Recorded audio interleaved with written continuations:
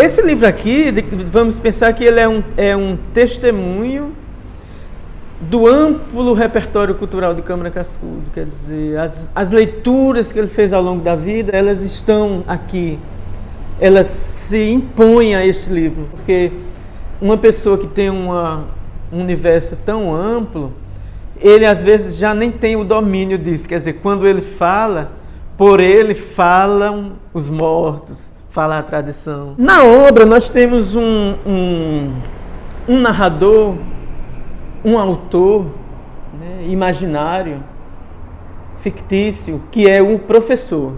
Então, essa personagem, o professor, está presente nos capítulos e sempre ocorre um encontro desse professor com uma personagem histórica do mundo da mitologia, do mundo da literatura. A voz do professor, aqui, desse narrador, é isso. Quer dizer, é a tentativa de organização. Ele tenta dar uma lógica e controlar e dominar esses discursos dos outros. Mas ele tem consciência de que esses discursos dos outros são muito mais fortes do que ele. Porque ele incorpora esses outros. Vamos dizer que seria uma atitude até antropofágica de Câmara Cascudo, né? Quer dizer, eu devoro o conhecimento do outro para que eu me fortifique cada vez mais. E ele está exatamente nessa fase da vida em que ele já pode devorar tudo isso. Imagina-se que esse professor ele não é jovem, então corresponderia à imagem do professor Câmara Cascudo, que encontra casualmente, sempre é casual esse encontro, ele não é um encontro marcado nunca, ele recebe essas personagens.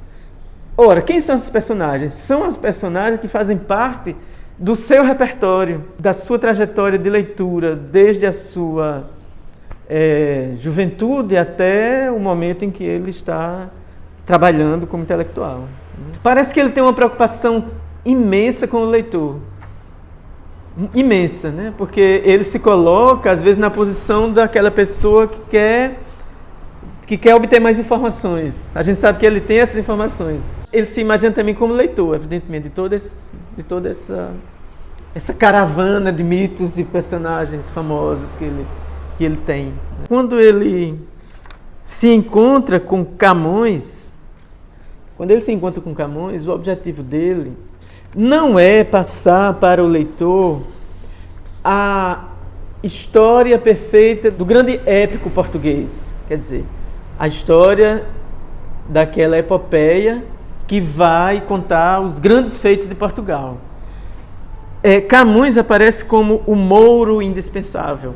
Então nós temos aqui uma contraface, né, de um herói também, que apresenta passagens de Os Lusíadas, né, mas com a valorização de determinada perspectiva que abre para uma leitura muito interessante de Os Lusíadas. Se a gente pensar nos episódios do O Velho do Restelo, né, o episódio de Inês de Castro, a gente tem a passagem de uma epopeia tradicional para uma narrativa já moderna, em que você tem a voz do outro.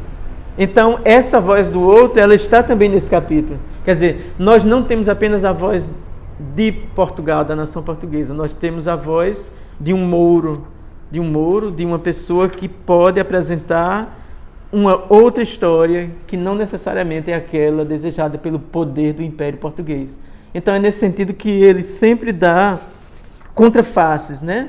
Quer dizer, a reação de Camões já a esse mundo moderno, racional, enfim, né? A reação da literatura mesmo.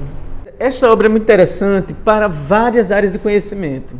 A área da antropologia, a área da filosofia, a área da história. Essas áreas do conhecimento, elas podem explorar e dialogar com esse conhecimento que está aqui. No meu ponto de vista, como eu sou da área da literatura, nós temos também aqui um campo privilegiado. Então, um professor de teoria da literatura, por exemplo, se ele quiser, ele pode trabalhar aqui a categoria da personagem. Como um autor constrói um personagem. Quer dizer, como é que um romancista constrói um personagem? Em cada capítulo desse, que sempre é muito curto e é muito interessante, nós temos as categorias da personagem, espaço, enredo.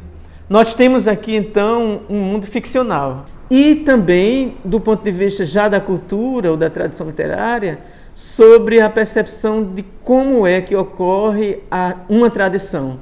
No nosso caso, a tradição. Como é que essa tradição ela se mantém viva, por exemplo, né? Quer dizer, ela se mantém viva pela imaginação e pelo que está no mundo da escrita. Mesmo a literatura que vem da oralidade, que vem das tradições populares, ela passa por um filtro aqui que é o da escrita. Então aqui nós temos o escritor Câmara Cascudo, né, que escreve com um estilo peculiar.